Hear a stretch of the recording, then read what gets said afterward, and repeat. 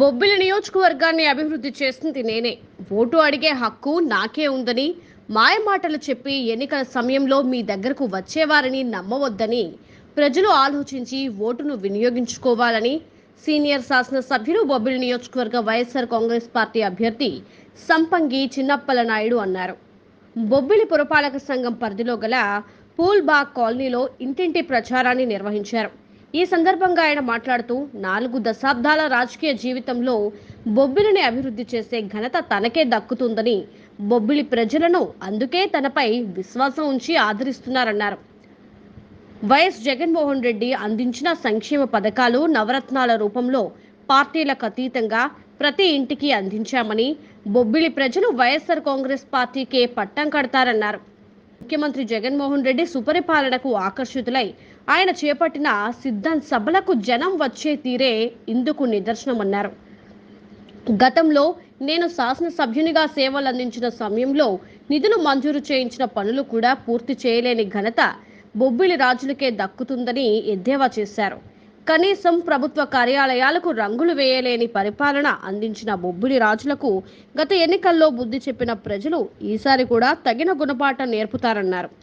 జగన్మోహన్ రెడ్డి ప్రభుత్వంలో ప్రతి 2000 జనాభా కలిగిన గ్రామాలకు సచివాలయాలు ఏర్పాటు, రైతు భరోసా కేంద్రాల నిర్మాణం, మౌలిక సదుపాయాలు కల్పనలో భాగంగా సీసీ రోడ్లు, కాలువలు నిర్మాణం వైసీపీ ప్రభుత్వ హయాంలోనే కోట్లాది రూపాయలతో చేపట్టడం జరిగిందన్నారు.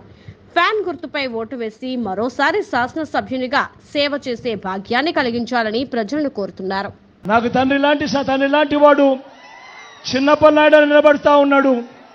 మీ చల్లని దీవెనలు ఆశీస్సులు అన్నపై ఉంచవలసిందిగా సవినయంగా మీ అందరితో కూడా కోరుతా ఉన్నాను. 3 దశాబ్దాల నుండి బొబ్బిలి నియోజకవర్గ ప్రజలకు ఎంతో సుపరిచితులు, ఎన్నోసార్లు ఎమ్మెల్యేగా గెలిచి తన సేవలతో బొబ్బిలి ప్రజల మన్ననలు పొందిన సంపంగి చిన్నప్పల నాయుడు గారు ఈ రోజు మరోసారి తన అదృష్టాన్ని పరీక్షించుకునేందుకు జగన్మోహన్ రెడ్డి ప్రభుత్వ హయాంలో ఎమ్మెల్యేగా పోటీ చేస్తున్నారు. ఈ బొబ్బిలి నియోజకవర్గంలో ఆయన హయాంలో ఏ అభివృద్ధి జరిగింది, ఇంకా ఇక్కడ ఏ పనులు మిగిలి ఉన్నాయి, అవి ఏ విధంగా పరిష్కరిస్తారని ఆయన అడిగి తెలుసుకుందాం. సార్ నమస్కారం. సార్ నమస్కారం అండి. సార్ బొబ్బిలి నియోజకవర్గంకి ఇప్పటికే మీరు ఒక 2 దశాబ్దాలు ఎమ్మెల్యేగా చేస్తున్నారు. మీ హయాంలో ఇక్కడ ఎటువంటి అభివృద్ధి జరిగింది, మీ హయాంలో ఏమేమి తీసుకొచ్చారు? బొబ్బిలిలో అభివృద్ధి అంటే జరిగితే అది నా హయాంలోనే జరిగింది, అప్పుడు కానీ ఇప్పుడు కానీ.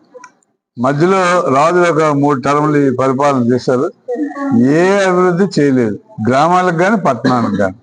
నేను ఎక్స్ఎమ్మెల్యేగా ఉన్నప్పుడు శాంక్షన్ చేసినటువంటి రోడ్డు కూడా వాళ్ళు పూర్తి చేసుకోలేక ఇచ్చిపెడితే మళ్ళీ నేను ఎమ్మెల్యే అయిన తర్వాత దాన్ని పూర్తి చేయించాల్సిన పరిస్థితి వచ్చింది.